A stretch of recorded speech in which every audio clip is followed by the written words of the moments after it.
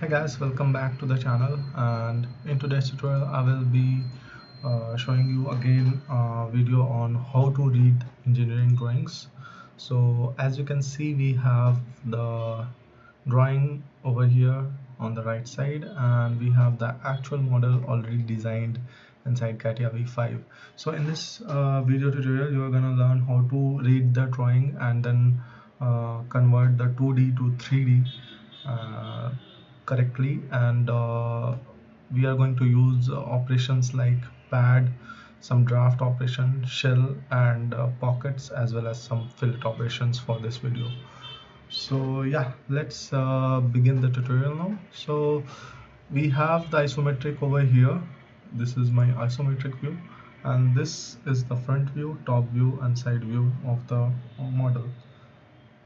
So in order to approach this problem, we can start from side view or front view, but for this tutorial I have considered the side view as my base of the sketch. So let's go to the first sketch, and for this one I have done nothing fancy, just took one plane uh, on the XZ, and then we have a 150.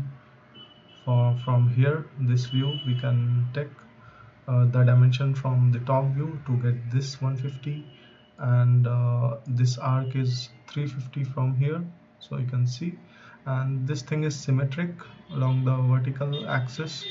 So uh, for that, this 20 is not given in this drawing, so we can always assume dimensions if they are not given. This is like very frequent practice that as a designer you should be able to assume the dimensions which are not given. So yeah, for this one 20, this 350 is given from this view, and 150 comes from this view. So once your sketch is done, you can go for extrude. Let's change the shading with edges, and for the pad, uh, again this whole pad is 150 plus 50 plus 50, so it will be around 250, right? So if you divide 250 by 2, it will be 125, right? So I have given the pad length as 125 and selected mirrored extent because it will go both sides. So this is the base of the sketch. After that, what I have done is, for this top view, which you can see, if I, for this elevation kind of feature, we have to take a plane, and that plane will be, from the base it will be 28. So let's define this plane, and for that purpose I have taken the base reference and 28. Now we'll select that plane, and we will define our sketch. So this is sketch, it will be like this because it is 125, and it goes all the way through the middle of the first padding, so it will be like this 125. And for here you can also define symmetric. If you don't want to give this dimension, all you have to do is select your constraints like this one, right click, add symmetry line, and select this. So in both ways you can define the dimensions, either half or symmetric. So 125 comes from here, and after that what we can do is we can just pad it to next. So see the arrow direction, and I have just given up to next, so it will look like this. Now after that, what we can do is, here we have given 3-degree draft to all side. So all side means all these 4 sides. So for that, invoke the draft and select all the sides. So all the sides, you can see 4 plus 2, because this also comes under side, right? So after that, for the neutral element, we can select the bottom face and give the draft as 3 degree. So it will look like this. See, if I define it, now you can see how the draft acts for this model. So after that we can define the shell. So for shell definition we have to take this 2 unit wall thickness. So go to shell 2 mm, select this bottom, and it will be done. So let's show you. So after giving 2 mm shell, it looks like this. Now after this, uh, the next operation is to cut this sideways and this front ways also.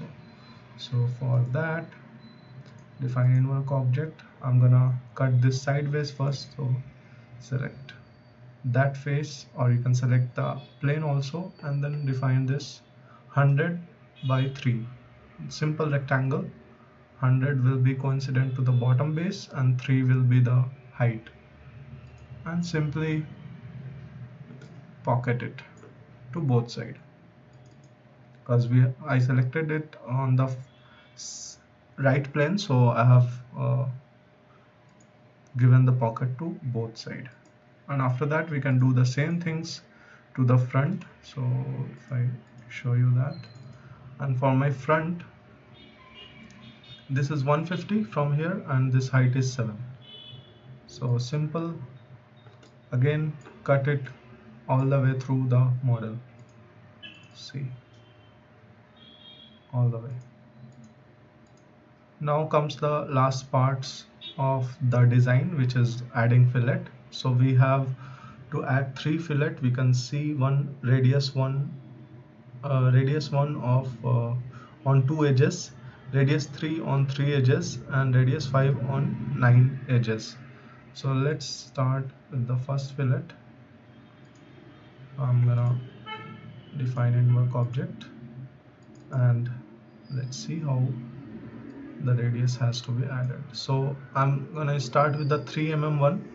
So it will be like this edge, and this edge, and after doing that it will look like this. So now we can apply the 1 mm radius. So if I show you, see 1 mm 2 element, this edge and opposite to that, this edge.